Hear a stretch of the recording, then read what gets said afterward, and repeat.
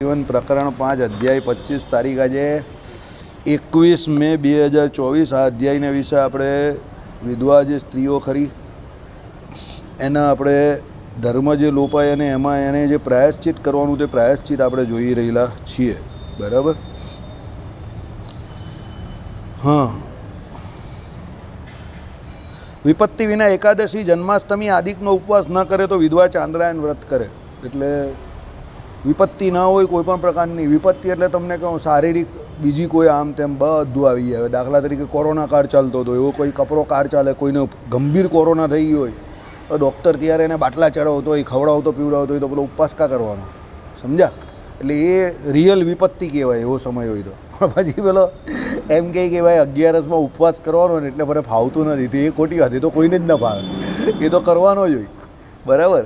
એટલે વિપત્તિનો અર્થ અલગ લેવાનો. મારા હરિચરણ સ્વામી હતા ને, કેશુ સ્વામીના ભાઈ, એને કોઈ પૂછે ને કે સ્વામી 11સ તો કરવી છે પણ અનાજ નહીં ખાતા ને તો બહુ બળતરા થાય છે પેટમાં. એટલે સ્વામી કહે બળતરા થાય એટલે તો ભગવાને 11સ કરવાનું કહ્યું છે, બાકી 14 દિવસ તો તમે અનાજને બળતરા કરાવી નાખો છો.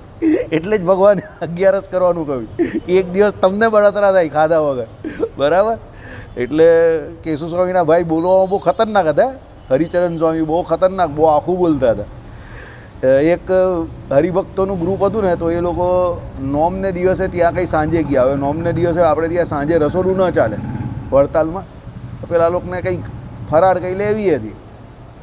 તો એ લોકો ફરતા ફરતા એમની રૂમે ગયા, દાચિયા ચીરિયા કરતા હતા કે આજે આમ છે ને તેમ છે. તો કેશુ સ્વામી એટલે આ હરિચરણ સ્વામીએ પૂછ્યું કે તમારે ફરાર જોઈએ છે?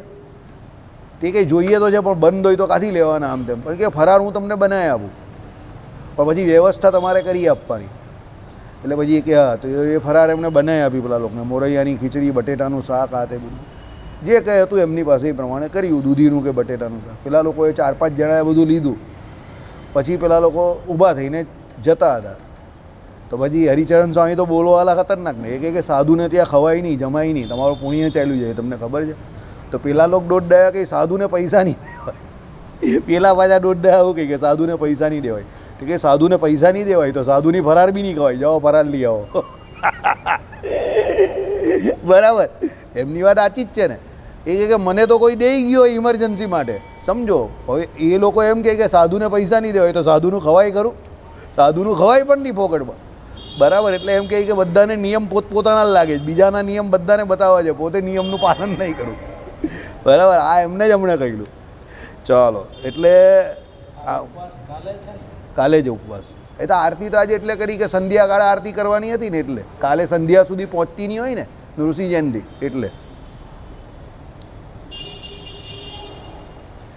એટલે એકાદશી જન્માષ્ટમી આદિકનો ઉપવાસ કરવો એમ. બરાબર. 24 જે એકાદશી કહી તે બધી કન્ફર્મ કરવાની. 5 ભગવાનની જન્મજયંતિ પણ કન્ફર્મ, એટલે 29 ઉપવાસ તો કન્ફર્મ કરવાના જ છે. આ જન્મજયંતિનું બહુ પુણ્ય છે, એવું કંઈક છે ખરું. આમાં કંઈ 24-11નું જે પુણ્ય જોઈતું હોય ને તો બી આ કરવાની છે. આ શું કહેવાય, આ નૃસિંહ જયંતિ. આ કન્ફર્મ ઉપવાસ છે, આમાં બાંધછોડ ન ચાલે.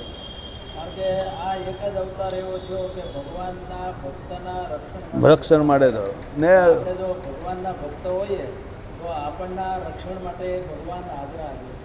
આમાં તો આજે પહેલી વખત આ લોકોએ પ્રહલાદજી મૂક્યા.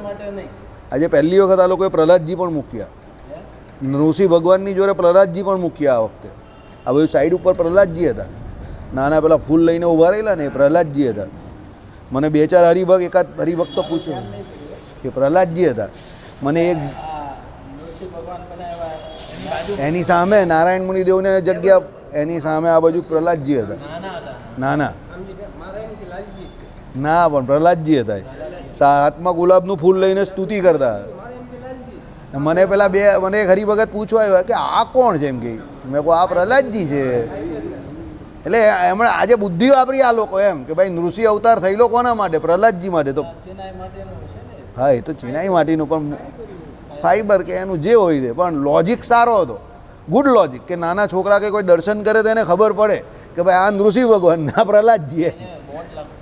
હા, નીચે કંઈક તકતી જેવું નાનું મૂકવું જોઈએ. આવી રહ્યા જો આ પ્રહલાદજી છે, જોઈ લો.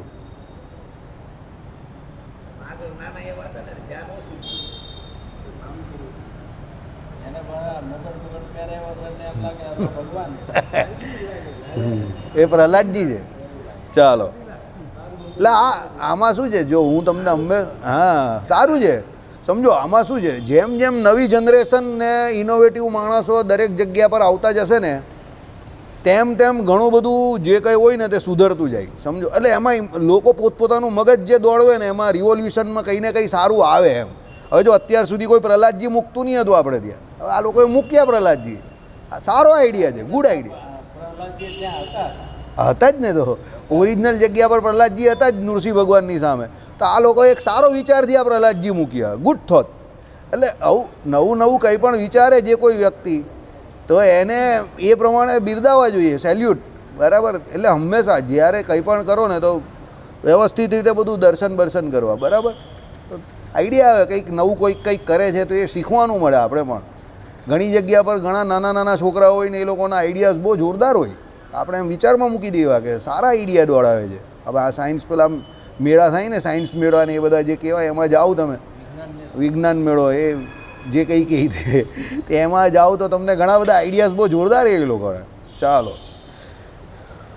ઓકે. એટલે એકાદશી, જન્માષ્ટમી આદિકનો ઉપવાસ ન કરે તો વિધવા ચાંદ્રાયન વ્રત કરે. બરાબર. એટલે કાલનો ઉપવાસ ભાઈ કમ્પલસરી છે, બધાએ કરવાનો છે, સમજી ગયો. ફરાર બરાર કરીને પણ કરવાનો છે. એમ કેમ હશે છે? હા, એ તો જો ભાઈ, હવે એનું તો કોળે એકાદશી કહેલું છે ભગવાને, પણ આપણે તો કોહળા મારે એવી એકાદશી લાગે છે, એટલે પછી આપણે એવી રીતે કરવાની, પણ કરવાનો તો છે જ ને. હવે ચાલો, સંન્યાસી, વર્ણી અને અનાશ્રમીનું અન્ન અજ્ઞાનથી પણ જમે તો તે શુભ ચાંદ્રાયન વ્રત કરે. બરાબર. એટલે સંન્યાસી, વર્ણી હોય તે અને અનાશ્રમી, આ લોકોનું કેમ ના પાડે છે તમને મેં આગળ પણ કહેલું કે આ બધા જે છે તે બધા ભજન કરવાવાળા વ્યક્તિઓ છે. આ લોકોને રૂપિયા પૈસાની એટલી કંઈ એ ન હોય અને સંતોષી જીવન, નાનું જીવન હોય એ લોકોનું. નાનું જીવન મીન્સ એ લોકોની લાઈફસ્ટાઈલ બહુ સાદા જીવન, ઉચ્ચ વિચારવાળા હોય, એટલે એવાનું બહુ ખવાય નહીં એવું કહ્યું છે. બરાબર. ચાલો, એટલે જે અનાશ્રમી હકીકતમાં એવા હોય તે, બરાબર, જે બિચારાને પૈસાની ને એવી તકલીફ હોય તે આ તે. બરાબર. ભાઈ પૈસા ટકે સુખી હોય તો વાંધો નથી. ચાલો, તો પણ અનાશ્રમીનું ખાવું નહીં. પહેલાં અનાશ્રમીની આપણે ત્યાં દીક્ષા આપતા હતા, હવે નથી આપતા, સમજી જાઓ. પહેલાં આપણે ત્યાં લગભગ વિહારીલાલજી મહારાજ હતા ને ત્યાં સુધી અનાશ્રમીની દીક્ષા આપતા હતા, ને ગ્રહસ્થને મહાદીક્ષા પણ આપતા હતા. સત્સંગી જીવનમાં જે ગ્રહસ્થની મહાદીક્ષા કહી ને, જેમાં પેલો જપ કરવાનો કહ્યો છે ને, તે મહાદીક્ષા પણ આપતા હતા, પણ પછી ધીરે ધીરે બંધ કરી દીધી આપણે. ચાલો આગળ જઈએ. એમ જ જાતિમાંથી ભ્રષ્ટ કરનારું કર્મ અજ્ઞાનથી કરે તો વિધવા હરિસ્મરણપૂર્વક ચાંદ્રાયણ વ્રત કરે. જાતિમાંથી ભ્રષ્ટ કરનારો એટલે કોઈ બીજા નીચ જાતિના કે કોઈ એવા નોન વેજીટેરિયન લોકો એના હાથનું કંઈ ખવાઈ બવાઈ જાય એવું કંઈ તો પછી કરે. એ પ્રમાણે શું કરે? ચાંદ્રાયણ વ્રત હરિસ્મરણપૂર્વક. આ સર્વે મેં કહેલું પ્રાયશ્ચિત અજાણથી એકવાર કરેલા સર્વ પણ વ્રતભંગમાં જાણવું, અન્યથા નહીં. એટલે બુદ્ધિપૂર્વક અને વળી બહુ વાર કરેલા વ્રતભંગમાં ન જ જાણવું. એટલે આ તો અજ્ઞાનથી એકવાર થયું હોય તો એમાં આ બધા પ્રાયશ્ચિત છે. જાણી જોઈને કરે એમાં નહીં. જાણી જોઈને કરેલા વ્રત ભંગાદિકમાં દ્વિગુણ પ્રાયશ્ચિત ધર્મશાસ્ત્રમાં કહ્યું છે. દ્વિગુણ એટલે 2 વાર, બમણું. બરાબર. વિહિતમ યદ કામાનમ કામાચિત્ત દ્વિગુણમ ચરેત, એટલે એવી સ્મૃતિ છે. પ્રાયશ્ચિતપણે કરવા કહેલા ઉપવાસોમાં દિવસે અને રાત્રિએ ભગવાન નામ કીર્તન અવશ્ય કરવું. તમે જો ઉપવાસ કરો, આપણે ત્યાં પ્રાયશ્ચિત કરો, કોઈ પણ વ્રત કરો, ઉત્સવ કરો, ગમે તે કરો, પણ ભગવાનનું નામ કીર્તન તો થવું જ જોઈએ. હરિનામ સંકીર્તન. ને તમારા જીવનનો ધારો એ પ્રમાણે બનાવો કે તમને હરિનામ સંકીર્તનમાં રુચિ પડે. સમજો, બહુ મોટી મોટી વાત નહીં કરવાની. બરાબર. બહુ મોટી વાત કરશો તો એ ખાલી મોટી વાત પૂરતી મર્યાદિત રહી જશે. જીવનમાં તમને આચરણમાં કંઈ નહીં આવશે, અનુભવમાં કંઈ નહીં આવશે. બધી મોટી વાત જ થયા કરશે. પણ ભગવાનનું નામ સ્મરણ, ભગવાનનું કીર્તન, ભગવાનના પદ, ભગવાનના લીલા ચરિત્રો, રામાયણજી છે, મહાભારત છે, ભાગવતજી છે, આના જે ભગવાનના અવતારોના ચરિત્રો, ભગવત ભક્તોના ચરિત્રો, બરાબર, આ બધા જે કોઈ છે તે ગાવા જોઈએ. સમજો. બરાબર. આજે જ મેં સાંભળ્યું પુરાણના પણ 5 અંગ છે. એટલે પુરાણ વાંચવાના અને સાંભળવાના એટલે કયા છે? પહેલું સર્ગ છે, પછી પ્રતિસર્ગ છે, બરાબર, પછી વંશ છે, પછી વંશના ચરિત્રો છે અને મન્વંતર કથા છે. આ 5 અંગ પુરાણના પણ કયા છે? પુરાણ આપણે ત્યાં જે 18 પુરાણ કયા ને, તો 18 પુરાણના પણ આ અંગ છે, સમજો. એટલે તમે 18 પુરાણ જે કહ્યું તેમાં આમાંથી જ બધું આવતું હોય. જેમ શ્રીમદ ભાગવત, પહેલું સર્ગ, સર્ગ એટલે વિસ્તાર, પછી સૃષ્ટિ થઈ તે, સૃષ્ટિનો વિસ્તાર, પછી પ્રતિસર્ગ એટલે એનો બ્રહ્માજી પછીનો લાંબો વિસ્તાર જે થયો તે એટલે પ્રતિસર્ગ. પછી આવે વંશ, બરાબર, એટલે જે કંઈ આપણે ત્યાં બધા ભાગવતજીમાં ને આદિકમાં જે બધા વંશ બતાવે જ ને રાજાઓના, તે પછી વંશના ચરિત્રો એટલે નામ જે તમે કહો તે, ને પછી અમુકના પાયા ચરિત્રો પણ કહી છે ને, તે વંશ ચરિત્રો આવે. અને મન્વંતર કથા, બધા જે મન્વંતરમાં કયા મન્વંતરમાં કોણ અવતાર થયો, શું થયું તે, આ 5 અંગ પુરાણોના કયા છે. એટલે પુરાણ પણ આપણે ત્યાં કંઈ અધરપધર નથી એમ, સમજો. એટલે પુરાણ પણ 18 પુરાણ જે મુખ્ય કયા એ પુરાણોનો પણ અભ્યાસ કરવા જેવો છે. એમાં પણ આ પ્રમાણે એના પણ 5 અંગો કયા છે. એટલે આપણે ત્યાં દરેક શાસ્ત્રો વિશે એ કેમ લખાયું અને કયા કારણથી એની ઉત્પત્તિ થઈ અને કોના માટે ઉત્પત્તિ થઈ અને અત્યારે એનો શું ઉપયોગ થઈ શકે, એ દરેક જે કોઈ લોજિક જે છે તે બધા લોજિક આપણે ત્યાં દરેક શાસ્ત્રોની પાછળ છે, બરાબર. તમે એ 4 વેદ કહો કે વેદોનું વિભાગીકરણ કેમ કર્યું વ્યાસજીએ, કે પછી એના પછી તમે વેદનો અંત જે એટલે વેદાંત એટલે જે ઉપનિષદો જે અંદર કયા તે કહો, કે પછી એ ઉપનિષદોમાં ભગવાનના સ્વરૂપની વાત આવે છે તો તમે એ કહો, તો પછી ઉપાસના માટે શું છે, કયો વેદ ઉપાસના માટે છે કે કયો એના માટે છે કર્મકાંડ માટે, તે બધાના લોજિક છે, કારણ છે. એટલે આપણે ત્યાં જે કોઈ મોટા મોટા આચાર્યો થઈ ગયા કે મોટા મોટા અવતારો થઈ ગયા, એમને કંઈ ને કંઈ કાર્ય માટે અહીંયા અવતાર ધારણ કરેલો છે. જે કોઈ રાજા મહારાજા થયા એ પણ કંઈ ને કંઈ કાર્ય કરવા માટે આવેલા છે. અને આ બધું પૂર્વનિયત છે. એટલે તમે ભાગવતમાં જોજો, જે બધા રાજાઓના ચરિત્ર થયા છે તે થયા એના પણ છે, અને હજુ ભવિષ્ય પુરાણ જે કહ્યું એમાં પાછળ તેની અંદર જે થવાના છે એના નામ પણ લખેલા છે. હજુ કલ્કી અવતાર સુધીનું બધું ઘણું બધું લખેલું છે કે હજુ કલિયુગમાં શું શું, આ કળિયુગમાં શું શું થશે. એટલે આ બધું પૂર્વ નિયત છે, નિયતિ છે, સમજો. એટલે કોઈ પણ વ્યક્તિ અહીંયા નક્કામો નથી. તમે એમ કહો કે કોઈ નક્કામો છે, નક્કામો કોઈ નથી, સમજજો. દરેક વ્યક્તિનો કોઈને કોઈ રોલ બને છે, એ પાત્રનું કંઈ ને કંઈ કામ છે.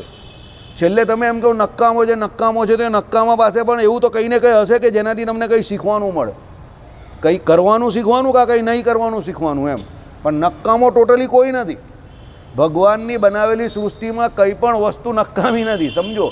તમારા માટે નકામી હોય તો બીજા માટે કામની હોય. રિસાયકલિંગ પ્રોસેસ તમે જે સાયન્સમાં ભણો છો તેમાં શું આવે છે, જેમાંથી નીકળે પાછું એમાં જ પાછું આવી જાય છે. એટલે નકામું કંઈ નથી, નથિંગ ઇઝ વેસ્ટ.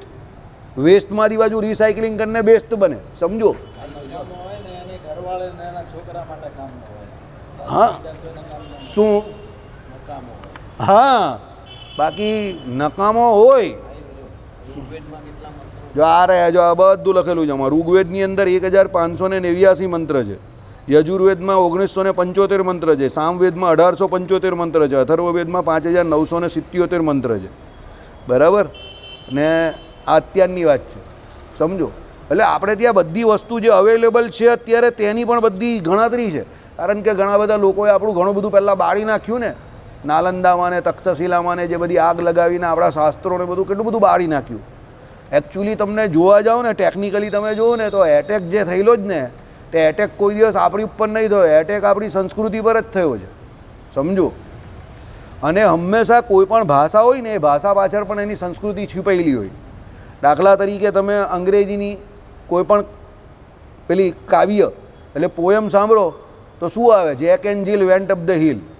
હવે આમાં નામ જે લખ્યું જેક એન્ડ જીલ, તો જેક એન્ડ જીલ એ ત્યાંની સંસ્કૃતિનું પ્રતીક છે, વેન્ટ અપ ધ હિલ, બરાબર. પછી ત્યાં પેલો અમુક દિવસમાં વરસાદનું વાતાવરણ એટલે સૂર્ય ઘણી વખત એવું સૂર્યનારાયણના દર્શન નહીં થતા હોય, તો ત્યાં પેલા લોકો જે રેઇન માટે પ્રાર્થના કરતા હોય એ પ્રમાણેના નાના છોકરાઓ જે હોય તો એ પ્રમાણે રેઇન માટે નહીં, સનલાઇટ માટે પ્રાર્થના કરતા હોય, એ બધી કાવ્ય ત્યાં આવે. કેમ આવે? એ ત્યાંની સંસ્કૃતિ છે, એ ત્યાંનું વાતાવરણ છે, ત્યાંનું પર્યાવરણ છે. હવે એને આપણા લોકો અહીંયા ભણાવે અક્કલના ઓછા. હવે એને અહીંયા ભણવાની કાં જરૂર છે? આપણે ત્યાં સૂર્યનારાયણ 24 કલાક એટલે 12 માસ દેખાય છે, સમજજો. હવે એનું ત્યાંનું કલ્ચર અહીંયા ભણવાની કાં જરૂર છે? સમજો, બરાબર?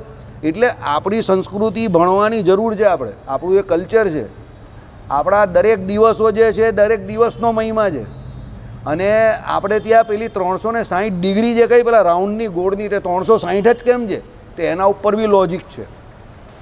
12 મહિના તો 12 મહિના કેમ છે? તો એની ઉપર પણ લોજિક છે.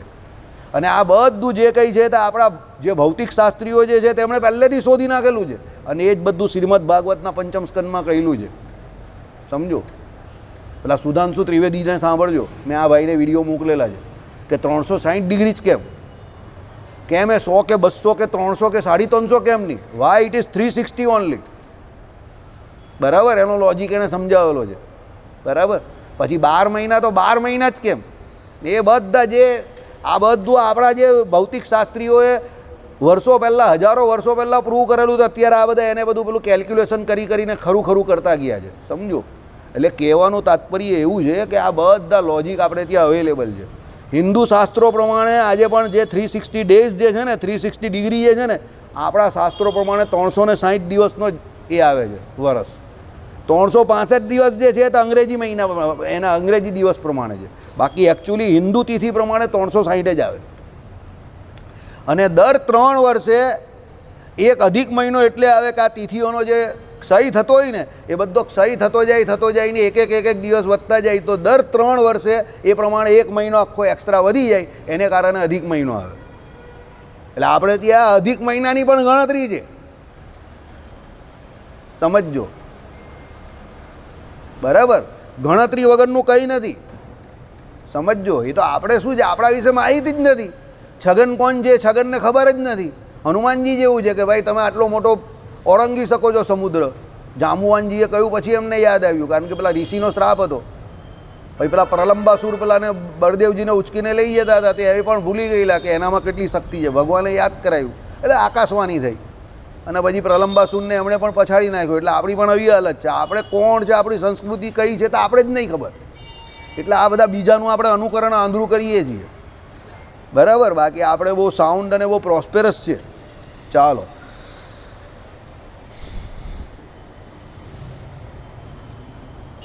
ભગવાન નામ કીર્તન હંમેશા કરવું, તેથી જ તે પ્રાયશ્ચિત સંપૂર્ણ ફળ સંપાદક થાય. ભગવાન નામ સંકીર્તન વગર કંઈ થતું નથી. ભગવાનના નામનું સંકીર્તન કરવું. જો હું તમને હજુ પણ કહું, એવા ઇતિહાસમાં ઘણા બધા ઉદાહરણ હશે, ઘણા બધા બનાવો હશે કે પેલો ખાલી ભગવાન નામ સંકીર્તન કરીને ભગવાનને પામી ગયો હશે. પણ એવા પણ ઘણા બધા ઉદાહરણ હશે કે કોઈ પંડિત હતો કે કોઈ શાસ્ત્રનો મહારથી હતો અને ભૂત થયો કે બ્રહ્મ રાક્ષસ થયો કે પિશાચ થયો, એવી પણ ઘણી કહાની હશે. સમજો, એટલે એનો મતલબ શું થયો? તમે ગમે એટલા પંડિત હો કે તમને ગમે એટલું શાસ્ત્ર જ્ઞાન હોય, પણ જો તમે ભજન ન કરો, ભગવાન નામ સંકીર્તન ન કરો તો તમારું કંઈ થવાનું નથી. અને પેલો ભગવાન નામ સંકીર્તન કરતો હોય અને એને બીજી કંઈ નહીં ખબર પડતી હોય તો પણ એને ભગવાન મળ્યા છે. આ ઇતિહાસ છે. સમજજો, ઉદ્ધવજી શાસ્ત્રોમાં પારંગત હતા અને મહારાજે કહ્યું ત્યારે આપણે ખબર પડી કે ગોપીઓ ભોળી હતી નહીં, ગોપીઓને બધી ખબર હતી. પણ ઉદ્ધવજી શાસ્ત્રની ભાષામાં જે બોલતા હતા એ ગોપીઓને પ્રેક્ટિકલ ખબર હતી, એ જોતી હતી એ પ્રમાણે. એ શાસ્ત્રની ભાષા નહીં બોલતી હતી. આઈડિયા કરો, ડાહી ભાષા બોલતી હતી, એના શબ્દો જે હતા તે એ પ્રમાણે નહીં પડતા હતા. સમજજો, પણ એને ખબર બધી હતી. એટલે એનું બધું પ્રેક્ટિકલ નોલેજ હતું. એ શું કરતી હતી? ભગવાનને વિશે પ્રીતિ, હરિનામ સંકીર્તન. સબરીજી શું કરતા હતા? હરિનામ સંકીર્તન કરતા હતા. એટલે શાસ્ત્રો ભણવા જરૂરી છે, શાસ્ત્રનો અભ્યાસ પણ જરૂરી છે. પણ એ કેમ જરૂરી છે? સત્સંગ જરૂરી કેમ છે? ભજન કરવા માટે જરૂરી છે. ભક્તિના પોષણ માટે સત્સંગ જરૂરી છે. સત્શાસ્ત્રોનો અભ્યાસ જરૂરી કેમ છે? સત્પુરુષ પાસે જવું જરૂરી કેમ છે? સત્પુરુષનો સંગ કરવો જરૂરી કેમ છે? કારણ કે એ ભગવાન ઓળખાવે. અને ભગવાન ઓળખાવે એટલે શું? What do you mean by ઓળખાવે? તમારે એનું ભજન કરવાનું છે. એટલે હરિનામ સંકીર્તનથી કોઈ દિવસ તમને આછું પાછું ન થવું જોઈએ. ભલે ઓછું થાય, ભલે તૂટેલું ભાંગેલું થાય, પણ જ્યાં ભગવાનનું ભજન થતું હોય ત્યાં જઈને બેસી જવાનું. ભગવાનનું ભજન થાય જ ને, બેસી જાઓ. સમજો, એનો અણગમો કોઈ દિવસ ન રાખવો. ભગવાનનું ભજન બેઝિક વસ્તુ છે, એને કદાપી છોડવાનું નહીં. સમજો, જેમ આખી દુનિયામાં વ્યવહાર જે બહારનો છે એ રૂપિયાથી ચાલે છે. રૂપિયા વગર કોઈને ચાલતું નથી. રૂપિયા વગર તમે એક ચા પીવા જાઓ તો તમને કોઈ ચા પણ નહીં પીવડાવે. બરાબર. પેટ્રોલ પણ ગાડીમાં ના પુરાવાય અને ફોનનો મોબાઈલનો રિચાર્જ પણ ન થાય રૂપિયા વગર. સમજી જાઓ. જેમ દુનિયામાં રૂપિયા વગર કંઈ નહીં ચાલતું એમ ભગવાનની દુનિયામાં ભજન વગર નહીં ચાલતું. પછી તમે કહો કે મને બધી બહુ ખબર છે, આ ખબર છે, પેલી ખબર છે, ઋગ્વેદની ખબર છે ને રૂચાઓ મને જાણું છું ને આમ ને તેમ ને, એ કંઈ ચાલે વાલે નહીં.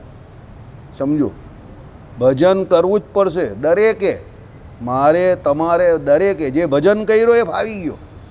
જેને બે શબ્દ નથી આવડતા એ ચાલી જશે, પણ જેને ભજન કરવાનું અંગ છે તે ફાવી જવાના, જેને સેવા કરવાનું અંગ છે તે ફાવી જવાના. એટલે તો હું તમને વારંવાર કહું છું કે જે વગર સત્સંગે બી ભગવાનની સેવા કર્યા કરે છે 75 80 વર્ષ સુધી, તો ધન્યવાદ આપો એ લોકોને કે એની આટલી ઓછી સમજણમાં, કે જે એને સમજણ છે તે, હું ઓછી સમજણને કંઈ નહીં કહેતો, એને ડાયરેક્ટ સેવાની જે સમજણ છે એમાં એ વ્યક્તિ 75 વર્ષે પણ જો આટલી સેવા કરી શકતો હોય તો કામ થઈ ગયું એનું. કારણ કે એને મૂળ પકડી લીધેલું છે.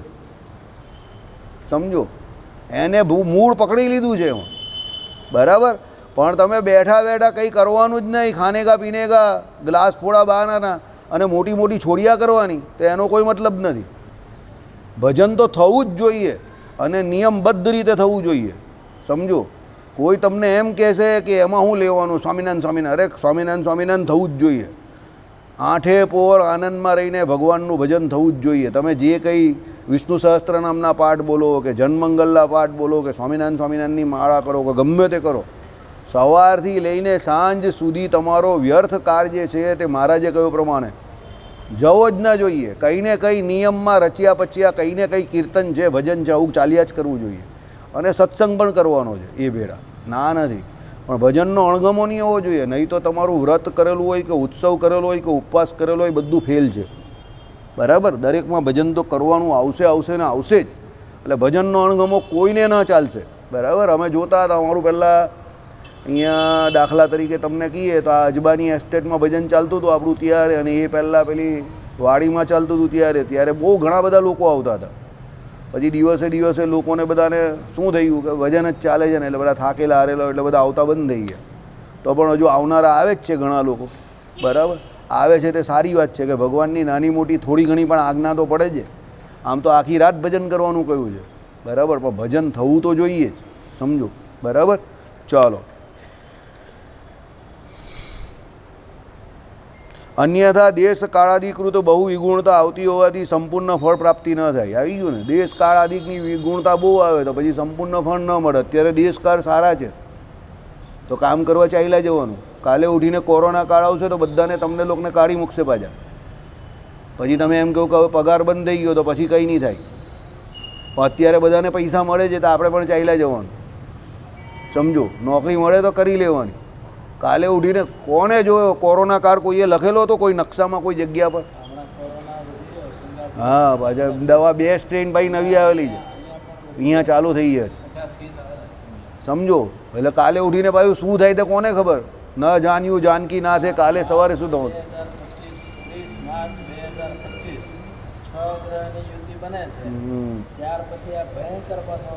કંઈ ને કંઈ થશે જ. એટલે અત્યારે સમય સારો જ, આપણે કોઈને ડરાવતા નથી. અને ભવિષ્યની કૂખમાં શું રહેલું છે આપણે અત્યારે જાણવાની કે એની કંઈ બહુ જરૂર નથી. પણ સમય સારો હોય ત્યારે જે સારા સારા કામ હોય તે કરી નાખવા. સમજી ગયો? હવે તું વરસ અત્યારે શિયા નહીં બનાવવું હોય તો પછી વરસ પછી બધું બંધ થઈ જાય તો શિયા નક્કો થઈ જાય. પછી ત્યારે કોઈ પૂછશે નહીં તને, શિયા નક્કો. સમજી ગયો ને તું? હા, ચાલ. એટલે શિયા તો બનાવી જ લેવાના. શિયા વગર કોઈ પૂછે નહીં. કોઈ એક રોટલી તને આપવા તૈયાર નહીં હતું કોરોનામાં, તને ખબર તો છે. તને 2 રોટલી આપવા કોઈ તૈયાર ન હતું. આટલો કડક ને કડવો અનુભવ છે તને, તો પણ તું એની પરથી કંઈ શીખતો નથી. જિંદગીમાં જે કોઈ વસ્તુ અને વ્યક્તિના અનુભવ થાય એમાંથી આપણે બોધપાઠ લેવો જોઈએ, આપણે શીખવું જોઈએ. તો આપણે માણસ, નહીં તો પછી દિવાલ પર લટકાવવાના ફાણસ. સમજ? આટલો કડવો અનુભવ તને થયો તો પણ તું શીખતો નથી. બરાબર. એટલે કંઈ નહીં, इज्जत तो आती जाती रहती है.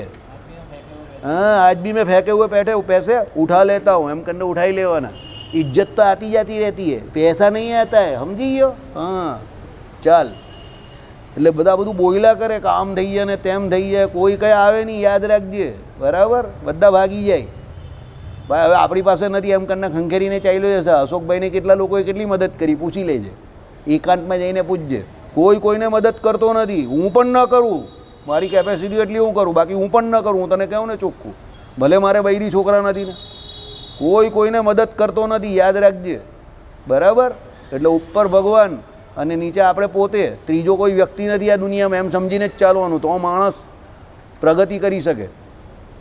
આ બે વસ્તુ જ મગજમાં રાખવાની. આ મારા મિત્રએ મને શીખવાડેલી કે તમે કોઈ પણ કામ કરો ને તો ઉપર ભગવાન અને નીચે આપણે, ત્રીજો કોઈ વ્યક્તિ દુનિયામાં છે જ નહીં, એમ સમજીને કામ કરવાનું. વાણીઓ છે તો જો તમને સફળતા કેમ નહીં મળે, કે ત્રીજો કોઈ માણસ જ નહીં દુનિયામાં તમને મદદ કરવાવાળો. એટલે ઉપર ભગવાન ને નીચે આપણે. બરાબર? આ લોજિકથી જ જીવન જીવવાનું, તો જ સફળ થવાય. બાકી આના ભરોસે રહ્યા, પેલાના ભરોસે રહ્યા. ના જયંતિભાઈ સવારે જે આવે આપણા કોણ, નહીં આ પેલા જસવંતભાઈ મેવાડાને પૂછજે, જે એમ કહેતો હોય ને તને કંઈ થાય તો હું બેઠેલો જ છું, એનાથી બહુ ડરીને ચાલું. એ બેઠેલો જ રહે, એ ઊભો નહીં થવાનો. એ તમને મોડા પર જ કહીશ તને કંઈ થાય તો હું બેઠેલો છું, એટલે એના શબ્દમાં જ એ કહીશ કે બેઠેલો રહેવાનો, જો ઊભો નહીં થવાનો. આ બધા અહીંયા આપણા મંદિરમાં બધા બહુ મોટા કલાકાર આવે છે, એ લોકોની પાસે જ્ઞાન બધું બહુ બ્રહ્મ જ્ઞાન પડેલું છે. આ જસવંતભાઈનો પેટર્ન ડાયલોગ છે, એમ કે આવા માણસથી બહુ ડરવું, કે તને કંઈ થાય ને તો હું બેઠેલો છું, જો એ પોતે જ કહી કે બેઠેલો જ, ઊભો નહીં થવાનો. હા, અને પછી જ કહીશું બેઠેલો ને છું, પછી છું થઈ જાય. સમજી ગયો ને તું? હા, એટલે ઉપર ભગવાન ને નીચે આપણે, ત્રીજો કોઈ છે જ નહીં એમ માનીને કામ કરજે. ચાલો, ઓકે. હવે એટલે શું છે, દેશકાળાધિકૃત બહુ વિગુણતા આવતી હોવાથી સંપૂર્ણ ફળ પ્રાપ્તિ ન થાય. દેશકાળની વિગુણતા કાયમ જ રહી અને આવે જ. સમજો, એ તમને મહારાજે કહ્યું એ પ્રમાણે અધ્યાત્મ, અધિભૂત અને અધિદેવ, આ ત્રણ પ્રકારની માથાકૂટ જે છે, આધિ વ્યાધિ ને ઉપાધિ, એ કાયમ માટે જીવને વળગેલી છે. એટલે સારો સમય હોય ત્યારે સારા કામ કરી નાખવાના. સમજો, રહી ગયો એ રહી ગયો. જો ગયા રવિવારે આપણે વિષ્ણુ સહસ્ત્ર નામના પાઠનું અહીંયા કર્યું તો કોઈએ આપણો આઈડિયા લઈ લીધો, અને આ રવિવારે બદ્રીનાથની વાડીમાં એને આપણો સેમ ટુ સેમ પ્રોગ્રામ કાર્યક્રમ ગોઠવી નાખ્યો. વિષ્ણુ નામ સહસ્ત્રના પાઠ અને પછી એના પછી જમવાનું. બેઠો લોજિક કોઈ આપણો લઈ લીધો અડાજનમાં જ. કોઈએ પેલું બોર્ડ વાંચ્યું અંદર તાર રાંદેર મંદિરમાં, એટલે એણે બેઠો આપણું લઈ લીધું. એટલે સારું લેવાવાળા જ્યાંથી ત્યાંથી સારું લઈ જ છે, સમજજો. બરાબર? એટલે જેને નથી લેવું એ ભલે ના લે, પણ જેને લેવું છે લઈ જ લઈ, જેને બધે સારું દેખાય જ છે. સમજજો. એટલે જેને સારું કરવું છે એને સારું લેતા પણ આવડે છે અને સારું કરતા પણ આવડે છે. અને જેને નથી લેવું એને નથી જ લેવડાશે, આખી જિંદગી ન લેવાશે. બરાબર? સાચું હોય તો પણ સ્વીકારાશે નહીં, કારણ કે સાચું સ્વીકારવું બહુ કઠણ કામ છે, બહુ અઘરું કામ છે. બરાબર? સત્યને સ્વીકારવું બહુ કઠણ કામ છે, યાદ રાખજો. કારણ કે એમાં તમને તમારો અહંકાર વચ્ચે આવે. સત્યને જે દિવસે તમે સ્વીકારી શકો તે દિવસે તમે દેવ બની ગયા, ભગવાન બની ગયા. સમજી જાઓ. બરાબર? ભગવાન જેવા બની ગયા. ભગવાન એટલે ભગવાન તો એક જ છે, પણ એના જેવા બની ગયા. ચાલો, પ્રાયશ્ચિતને કરતી વિદ્વાનારી પ્રાયશ્ચિત નિમિત્તના ઉપવાસોમાં જો એકાદશી આદિ ઉપવાસ પ્રાપ્ત થાય તો તેમાં તેને ન જ ગણે. એટલે વચ્ચે એકાદશી આદિ કહે તે પ્રાયશ્ચિતમાં ન ગણાય. બરાબર અશોકભાઈ? પછી આપણે કંઈ મારી નાખીએ કે કંઈ મરી જાય આપણાથી, તો આપણે કહીએ કે 11નો ઉપવાસ કર્યો ને એમાં ઉપવાસ ગણાઈ ગયો. ના ભાઈ, એ ન ગણાય. એ પછી પેલું એક્સ્ટ્રા પ્રાયશ્ચિત લાગે. તેથી પ્રાયશ્ચિત ઉપવાસની સંખ્યામાં પૂર્તિ ન કરે, એટલે એની ગણતરી એમાં કરે નહીં. શુદ્ધિ માટે કહેલો નૈમિતિક ઉપવાસ જો નિત્ય એકાદશી ઉપવાસ દિવસે પ્રાપ્ત થાય તો શુદ્ધિ નિમિત્તનો ઉપવાસ ત્રીજે દિવસે દ્વાદશી પરદીને પૃથક કરે. આઈડિયા આવ્યો? દાખલા તરીકે કંઈ ભૂલ થયો હોય ને એને બીજે દિવસે જ ઉપવાસ કરવાનો હોય ને એકાદશી આવે, તો પછી એ શુદ્ધિ માટેનો ઉપવાસ થઈ ગયો ને, તે એકાદશીનો ઉપવાસ કરીએ એટલે આપણી શુદ્ધિ પણ થઈ ગઈ. ના ભાઈ, એકાદશીનો ઉપવાસ તો કરવાનો જ ને, પછી દ્વાદશીએ પાછો બીજો ઉપવાસ એક્સ્ટ્રા. હું બરાબર? એક ઓર સિર્ફ એક ही बढ़ाया, પેલો નહીં કહેતો હતો એક ही बढ़ा, एक और बढ़ा दे, एक और. ભાઈ આગળથી એકરો જ નીકળી, એકલા મીંડા જ રહી જાય. બરાબર? સિર્ફ એક ही बढ़ाया, પેલો કહી લે एक और बढ़ा देता हो, એક ही बढ़ा એટલે एक और बढ़ा देता हो. પછી ઉપરથી પાણી ટપકે એટલે એકડો જ નીકળી જાય, એટલે મીંડું જ રહી જાય બધા. બરાબર? એટલે બહુ લોભ કરવાનો નહીં. ચાલો, શુદ્ધિ માટે આ થઈ ગયું. પ્રાયશ્ચિતનો ઉપવાસ કરવા આરંભી દીધો હોય અને ફરી જો બીજો પ્રાયશ્ચિત નિમિત્તનો ઉપવાસ આવી પડે તો તે બીજા ઉપવાસને તંત્રથી કરે, આરંભેલા ઉપવાસ સાથે જ કરે. અર્થાત આરંભેલા ઉપવાસને મધ્ય આવેલો બીજો ઉપવાસ પણ આરંભેલા પ્રથમ ઉપવાસની સાથે જ થઈ ગયો એમ માને, પણ બીજે દિવસે પૃથક ઉપવાસ ન કરે. સમજી જાઓ. એટલે દાખલા તરીકે ઉપવાસ કરતો હોય ને એની જોડે પાછું બીજું કંઈ પ્રાયશ્ચિતનો ઉપવાસ આવે તો 2 ઉપવાસ સાથે ગણી લેવાના. આમાં આટલી છૂટ આપી કે બીજે દિવસે નહીં કરવાનો પાછો. નહીં તો શું થાય ખબર? એકાદશીનો ઉપવાસ કરે, બીજે દિવસે પેલો શુદ્ધિનો ઉપવાસ કરે, પછી જે દિવસે ઉપવાસ કરે એ દિવસે કાચું કંઈ ભૂલ કરે તો ત્રીજે દિવસે પાછો ઉપવાસ. એટલે પેલો કંઈ શેઠજી આપ કहाँ હો, दिखाई नहीं दे रहे हो. पेलो कि होंगे तो दिखाई देंगे ना, अभी तो हम निकल गए. बराबर. એટલે પછી સેજજી ખોવાઈ જાય, દેખાતા જ બંધ થઈ જાય. समझी गयो. तब क्या करना है, ये तस्वीर को देख लो और उसके ऊपर क्या, तो उसके ऊपर हार चढ़ा के आगे बढ़ो. बराबर. सेठजी निकल गए. એટલે એવું ન થાય એટલે ભગવાને કહ્યું. ચાલો. વ્રતને આચરતી વિધવા નારી ઉપવાસ દિવસે જળ છાશ થકી બીજું ફળ મૂળાદી કાંઈ પણ કદાપી ખાય નહીં. છાશ પીવાની શાંતિથી મસ્ત, બરાબર, અને પાણી પીવાનું, બરાબર. બીજું બધું કંઈ ખાવાનું પીવાનું નહીં. પનીરનું શાક નહીં ખાતા પાછા કાલે, બરાબર. હા, નહીં તો પાછા કાલે પનીરનું શાક ખાશે બધા. હા, ચાલો. અશક્ત નારીઓએ જે છાશનું પાન કરીને પણ વ્રત ઉપવાસ કરવો. લે, જે છાશ પણ કીધી તો અશક્ત નારીઓએ, એટલે જીગર જેવા જે શક્તિમાન છે એણે તો છાશ પણ નહીં પીવાની, બરાબર. એટલે એવો અભિપ્રાય છે. એટલે જીગર ખાલી પાણી પર કાલે ઉપવાસ કરવાનો છે. અશક્તને છૂટ છે ભાઈ. જો અશક્ત આવી ગયા, નામ દેતાની જોડે જઈ ગયા. T90 લોકો T20 રમે છે, આ T90 રમે છે, 90 ઓવરની મેચ રમે છે. ખતરનાક ખેલાડી છે. ચાલો, બરાબર. પ્રામાદિક વ્રતભંગમાં જે વિધવા અત્યંત અનુતાપ પામીને વિહિત પ્રાયશ્ચિતને કરશે તે અપ્રસ્ખલિતપણે પ્રવર્તેલા તે ધર્મના બળથી ગોલોકમાં રમાને સમાન મહાસુખને પામશે. લે, પ્રાયશ્ચિત કરી નાખવાનું અહીંયા તો સીધા ગોલોકમાં રમાજીની જોડે, લક્ષ્મીજીની જોડે રમત કરતા થઈ જાય, રમતા થઈ જાય, સુખી થઈ જાય. સમજો, બરાબર. એટલે અહીંયા થોડી તકલીફ છે, બરાબર. ઘણા લોકો પૂછે આપણે કે તમારા બધા ભક્તો બધા એમ કહે કે દુઃખી દુઃખી દેખાય, હેરાન પરેશાન દેખાય ને. જો અમે લોકો જો એમ કે કાયમ સુખી જ દેખાઈએ એમ કે. સાંજ પડે એટલે હાથમાં કંઈ બીજું હોય, ત્રીજું હોય, ચોથું હોય, ને એ બધું હોય તમારા હાથમાં, બરાબર. સમય સાંજ સુધી સારો ચાલતો હોય ત્યારે પણ હોય, અને પછી સમય ખરાબ થાય તો કંઈ પાંચમું પણ તમારા હાથમાં આવી જાય, બરાબર. એટલે પછી આમ કરીને ચાલતો થઈ જાય પછી પેલો. સમજી ગયા? હા. એટલે એવું નહીં, ભગવાનનો ભક્ત હોય, ધર્મનું પાલન કરતો હોય તો બીજા જે અધર્મી હોય, વિમુખ હોય, એને એવું લાગે કે આ બધા ઉપવાસ કર્યા કરે છે, દુઃખી થયા કરે છે, આમ તેમ. પણ હકીકતમાં એ દુઃખી નથી હોતો, એને બહુ શાંતિ હોય છે, બહુ સુખમાં જીવતો હોય છે. કારણ કે એની જરૂરિયાત બહુ ઓછી હોય, સંતોષી જીવન હોય, શાંતિથી જીવતો હોય ને ભગવાન. કેમ? હા, એ લોકોને બહુ શાંતિ, એ લોકો તમને બહુ આશીર્વાદ આપે. કારણ કે રસોડું નહીં ચલાવવાનું એટલે એ લોકો બહુ ખુશ થઈ જાય. ચાલો. જે નારી વ્રતભંગમાં વિહિત પ્રાયશ્ચિતને કરશે નહીં, અથવા જે વ્રતભંગ પ્રાયશ્ચિતને કરનારી નારીને નિષેધ કરશે, તે બંને સર્વેશ્વરની આજ્ઞાને વર્તનારા યમરાજા નરકમાં નાખશે. એટલે યમરાજા નરકમાં લઈ જાય. એટલે કોઈ બીજાને રોકે તો પણ પ્રાયશ્ચિત કરતા, અને પોતે ન કરે તો પણ. એટલે જે પ્રાયશ્ચિત કરતા હોય એને કરવા દેવાનું, પોતે પણ કરવાનું. અને ન ખબર હોય પ્રાયશ્ચિત તો ભાઈ ન જાણીને ઠોકાઠોક ન કરવી. ભાઈ નહીં ખબર, સત્સંગી જીવનમાં જોઈ લેજે, એમ કહી દેવું, બરાબર. એટલે એવા મોટા ભાઈ બની નહીં જવાનું કે આમ 5 માળા ફેરવી દે ને, 20 માળા ફેરવી દે ને, 100 માળા ફેરવી દે ને. નહીં તો એનું પ્રાયશ્ચિત તો પૂરું થઈ ગયું, પણ તમને વળગી જાય એનું પાપ. એટલે ન ખબર હોય તો ખાલી કોઈને પ્રાયશ્ચિત ના આપતા. બોલો કંઈક પૂછે કે ભાઈ આ થઈ ગયું તો મને પ્રાયશ્ચિત આપો, તો તમને ન ખબર હોય શાસ્ત્રોક્ત પ્રાયશ્ચિત તો તમારે ન આપવું. આ બધી ગુરુની જવાબદારી છે, સમજો, આપણી જવાબદારી નહીં, બરાબર. એટલે ભાઈ પ્રાયશ્ચિત ન ખબર તો કંઈ 100 માળા ફેરવી દે, જ્યાં તો પ્રાયશ્ચિત થઈ ગયું, તો એનું તો થઈ ગયું, તમે કહ્યું એટલે.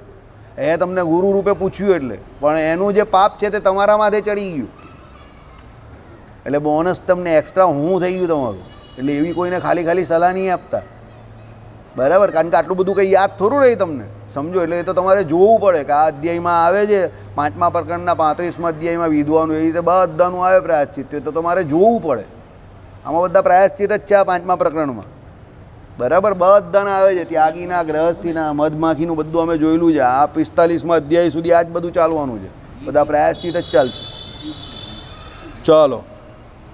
યમયાતનાએ કરીને દોષ વિનાશ પામતા તો ભગવાનના અનુચર પાર્ષદો સૂર્ય સદ્રશ પ્રકાશમાન વિમાનમાં બેસાડીને ભગવત ભક્ત તે બંને વિધવાઓને ગોલોક ધામપતિ લઈ જશે, બરાબર. એટલે શું છે? યમયાતનાએ કરીને દોષ વિનાશ પામતા તો ભગવાનના અનુચર પાર્ષદો, એટલે ભગવાન યમયાતના થઈ ગઈ પેલી વિધવાને, બીજા નિયમ પાડેલા હોય અને પ્રાયશ્ચિત ન કર્યું હોય તો શું થાય તો સાંભળો, એટલે યમ યાતના એ કરીને દોષ નિવારણ થઈ ગયું, એટલે વિનાશ પામતા પછી શું કરે તો ભગવાનના અનુચર પાર્ષદો જે છે, ભગવાનના પાર્ષદો આવે એ સૂર્ય સદ્રશ પ્રકાશમાન વિમાનમાં એને બેસાડી જાય અને ભગવત ભક્ત તે બંને વિધવાઓને ગોલોક ધામ પ્રતિ લઈએ છે. ભગવત ભક્તનિષ્ઠ વિધવાઓ પ્રામાદિક પાપના સ્પર્શવાળી છે તો પણ અને પ્રાયશ્ચિતને ન કરનારી છે તો પણ યમ યાતનાએ કરીને તે દોષને ટાળીને ભક્તિપ્રીત ભગવાન પાર્ષદો પાસે પોતાના લોકમાં પહોંચાડે છે. આ તો ભગવાનની પરમ કૃપા નિરૂપણ કરી છે. એટલે ભગવાનની ભક્ત હોય તો તેને આટલો ફાયદો થાય. સમજો શું કહ્યું તે બાજા એકવાર સાંભળો. ભગવાનના ભક્ત થવાનો બહુ મોટો ફાયદો છે, સાંભળી લેવું શું કહ્યું તે. ભગવદ ભક્ત નિષ્ઠ વિધવાઓ પ્રામાદિક પાપના સ્પર્શવાળી છે, એટલે પ્રામાદિક દોષને કારણે કદાચ એને કોઈ પાપ થઈ ગયું છે અને પ્રાયશ્ચિત નહીં થયું, સાંભળો, તો પણ અને પ્રાયશ્ચિતને ન કરનારી છે તો પણ અને પછી એને પ્રાયશ્ચિત નથી કર્યું તો પણ યમ યાતનાએ કરીને તે દોષને તાળીને ભક્તિપ્રીત ભગવાન પાર્ષદો પાસે પોતાના લોકમાં પહોંચાડે છે. એટલે એને તો પણ યમ યાતનાએ કરીને એટલે એને યમ યાતના ભોગવાવી દે. તે દોષને તાળીને ભક્તિપ્રીત ભગવાનનું ભજન એને કરેલું જ ને, એટલે ભગવાનને ભક્તિ બહુ આલી છે. જે આપણે આગળ વાત કરીને એ પ્રમાણે ભગવાનનું ભજન કરવાનું કોઈ દિવસ નહીં છોડવાનું. સમજજો, ભગવાન શું છે, ભક્તિપ્રીતવાળા છે, એટલે જે ભક્તિ કરે એ ભગવાનને બહુ પ્રિય છે. તો શું કહ્યું તે સાંભળો કે ભાઈ તો પણ યમ યાતનાએ કરીને તે દોષને ટાળીને ભક્તિપ્રીત ભગવાન પાર્ષદો પાસે પોતાના લોકમાં પહોંચાડે છે. એટલે પાછા એને ભગવાન એના લોકમાં લઈ જાય છે. સમજો, આ તો ભગવાનની પરમ કૃપા. હા, પ્રાયશ્ચિત ન ભક્તિ કરી હોય તો યમ યાતના ભોગવાય ને પણ યમ ના ભોગવીને અને પ્રાયશ્ચિતને ન કરનારી છે તો પણ યમ યાતનાએ કરીને તે દોષને તાળીને, એટલે યમ યાતનાએ કરીને એટલે દોષને તાળે ને યમ યાતના ભોગવે પછી ત્યાં યમ યાતનાએ કરીને એટલે યમના લોકમાં તો એ જાય અને એ દોષને ટાળીને, હા, એટલે એનો દોષ તાળી નાખે. એને ફાયદો શું થયો તે સાંભળો. જે ભગવત ભક્ત નથી તે તો પુનરપી જન્મમ પુનરપી મરણમ, પણ આ ભગવત ભક્ત છે ભગવાનનો. એટલે આપણે પહેલાં શું કહ્યું, ભગવાનનું ભજન કીર્તન કરવાનો બહુ મહિમા છે. એટલે તો પહેલાં કહ્યું કે એ ભગવાનનું ભજન કરે છે પણ પ્રાયશ્ચિત નહીં કર્યું, તો પ્રાયશ્ચિત નહીં કર્યું એટલે એને પાપ તો લાગ્યું. તો ભગવાન શું કરે, એને એના બદલામાં યમ યાતના ભોગવાઈ નાખે. પણ પછી ભોગવાઈ જાય તો પછી પાછા ભગવાન એના ધામમાં ત્યાંથી લઈ જાય, પછી અહીંયા નહીં. હા, એમ કહ્યું છે, વિશેષ આજ્ઞા છે. સમજો બરાબર. એટલે આ પેલો માસ્તર જોડે તમારી દોસ્તી હોય ને તમે લેસન નહીં કરી ગયા હોય તો શું કહે, પાછલી બેન્ચ પર બેસીને લેસન કરી નાખ પહેલાં ચાલતો. મને એવું જ કહેતા હતા જ્યારે હું લેસન નહીં કરું એટલે હું કહું ને સાહેબ આજે મેં જ લેસન નહીં કર્યું, મારે ચેક કરવાનું હોય બધાને. પાછલી બેન્ચ પર બેસીને પહેલાં તું કરી નાખ ચાલ ફટાફટ 10 મિનિટમાં, એટલે હું 10 મિનિટમાં કરી નાખું. પછી કે બધાને ચાલ હવે બધાનું લેસન ચેક કરશે વાસુદેવ. એટલે પછી આપણે કર્યું એટલે તો પછી જોવાનું જ નહીં ને આપણો પાવર કેવો હોય. ચાલ ભાઈ કોઈ લેસન નહીં કર્યો, હા, આપણો પાવર પછી એકદમ ખતરનાક. ચાલ ઊભો થઈ ગયા એટલે સાહેબ કે એને બેન્ચ પર ઊભો કર દો, ચાલ તું બેન્ચ પર ઊભો થઈ ગયા. પછી તો આપણે કરેલું છે, સમજી ગયા. એટલે આવું છે. એટલે ભગવાન શું કહે, આપણો સિક્કો લાગેલો છે, ભજન કરેલું છે, ચાલ યમ યાતના ભોગવ, પણ પછી આ લોકમાં નહીં. ભજન કરેલું છે, ભજનના પ્રતાપે કરીને ભગવાનના ધામમાં જશે. આટલો ભગવાનના ભજનનો પ્રતાપ છે. હા, એ તો પછી જો નરક યાતના હોય ને, સમજો, જેને જે ભગવત ભક્ત નથી ને એને શું હોય, નરક યાતના અને પછી લક 84. આ બંને એના માટે ફિટ છે. આ ફિક્સ ને ફિટ. પણ ભગવાનનો ભક્ત હોય તો ભગવાન શું કહે, 2-3 જન્મે કરીને એની કાં વાસના ટાળે, કાં દેવતાઓના લોકમાં મૂકે, ત્યાં જઈને એને વાસના ભોગવવા માટે કાળને કહી દે કે બા એને સંપૂર્ણ ભોગ ભોગવવા દે. પછી એ કંટાળે એ ભોગથી, કારણ કે એ ભગવાનના સુખથી તો વર્જિત રહેવાનો ને જેટલો સમય સુખ ભોગવે પેલું માયાનું ત્યારે. પછી એને પોતાને પસ્તાવો થાય. એટલે પછી ભગવાન કહે કે હવે આને પસ્તાવો છે, જે કંઈ ભોગ ભોગવે છે ને મારાથી દૂર રહ્યો એટલું, એટલે એને પાછો મનુષ્ય જન્મ આપે. અને મનુષ્ય જન્મમાં પછી એ બરાબર ભજન કરે એટલે પછી ભગવાન એને લઈ જાય. આ ભગવત ભક્તની રીત. આપણી અને વિમુખની આખી અલગ અલગ થિયરી કામ કરે છે ને અલગ અલગ રીત કામ કરે છે. કેટેગરી અલગ છે આખી. એટલે આપણે તો શું છે, નવરા પૈડા નથી, નવરા છે જ નહીં. આપણે ભજન જ કર્યા કરવાનું, હરિનામ સંકીર્તન. બરાબર, આઈડિયા આવી ગયો. વધારે સમજ ન પડે તો કંઈ નહીં, હરિનામ સંકીર્તન. અમારા ભાગણના ફળિયામાં એક જે અમારો કેપ્ટન હતો તે શું કરે, આ પેલા પાર્ટી શૂઝ પહેરીને પણ કોઈ મેચ રમવા આવ્યું હોય અને 8 ખેલાડી થતા હોય તો એને પણ રમાડે. પછી એને કંઈ હાથ ફેરવતા આવડે જ તને? પેલો કંઈ આવડે જ ને, એટલે પહેલી ઓવર એને જ આપી દે. પેલો કે હું કાં બોલિંગ મેડમ પાર્ટી શૂઝ? ના ના, પહેલી ઓવર નાખી દે ને, એની પાસે 4 ઓવર નખાઈ જ દે બરાબર. એટલે ઘરે જઈને સૂઈ જ જાય સીધો, કારણ કે હાથ દુખે પગ દુખે. પછી બીજે રવિવારે એને ફોન પણ કરે, ભાઈ રમવા આવું છે? ના નથી આવું, તમે લોકો બહુ મહેનત કરાવો. અમારા લોકો બહુ હોશિયાર, અમે બધા બહુ હોશિયાર લોકો જોડે ફરેલા છે. આ પેલાને પેલો ખુશ થઈ જાય, હું હજુ આજે રમવા મને પહેલી ઓવર નાખી અપાવી દીધી. પણ બીજા નાખવા તૈયાર નહીં હોય એટલે એને નખાવતો હોય, એને ખબર જ નહીં હોય, એ તો ખુશ થઈ ગયો, ચડી ગયો. પછી પહેલી પછી એને ત્રીજી ઓવર નખાવે, 42 ડિગ્રીમાં જ નખાવે. અરે બહુ જોરદાર બોલિંગ કરે તું તો.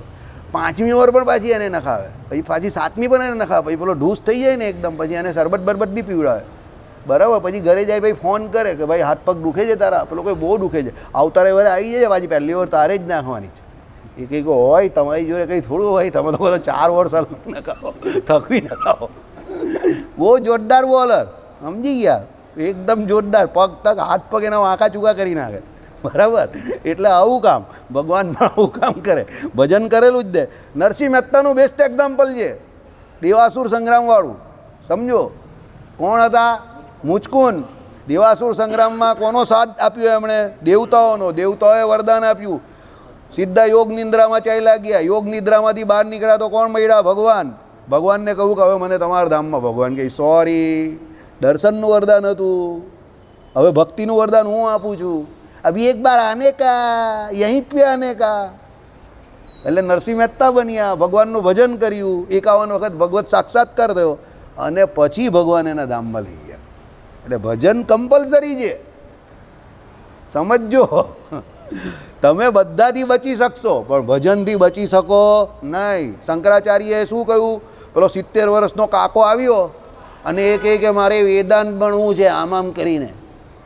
શંકરાચાર્ય કહે કે ભાઈ અંગમ ગલિતમ પલિતમ મુંડમ, તું કા યાર ભણવાનો હવે આ ઉંમરે? ભજ ગોવિંદમ ભજ ગોપાલમ ભજ ગોવિંદમ મૂળમતે માનવ. બરાબર, નહીં નહીં રક્ષસી દુકરાઈ કરણી. ભાઈ હવે 70 વર્ષના થઈ ગયા કાકા, તમારે વેદાંત ભણવાની કોઈ જરૂર નથી. ભજ ગોવિંદમ ભજ ગોપાલમ, શાંતિથી ભગવાનનું ભજન કરો. એટલે વારંવાર ભગવાન, તમે જોવો કે કોઈ પણ મોટા સંત હોય તે શું કહે? ભગવાનનું ભજન કરો, ભજન કરવાનું છે બરાબર. ચાલો ઓકે, શ્રીપતિમ